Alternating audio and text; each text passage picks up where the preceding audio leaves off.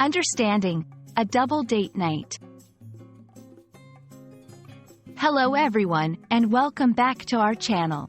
Today, we're diving into a fun and social aspect of English language learning by exploring the phrase, a double date night.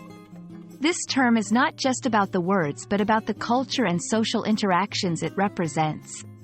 So, if you've ever been curious about how English speakers refer to certain social outings, you're in the right place.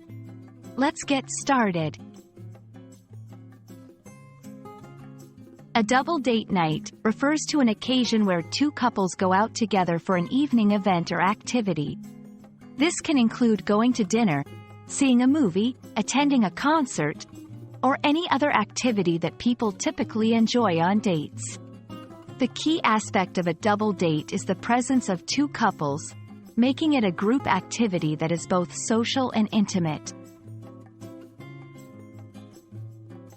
Double dates are a popular concept in many English-speaking countries, as they offer a way for couples to socialize with each other while enjoying a romantic outing.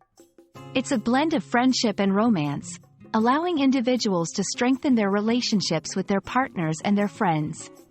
Double dates can also be less pressure than a one-on-one date, especially for new couples or those who are just getting to know each other. When talking about planning or having been on a double date, you might hear sentences like, "We're going on a double date night with John and Jane this Saturday. Do you and your partner want to join us for a double date night next week?"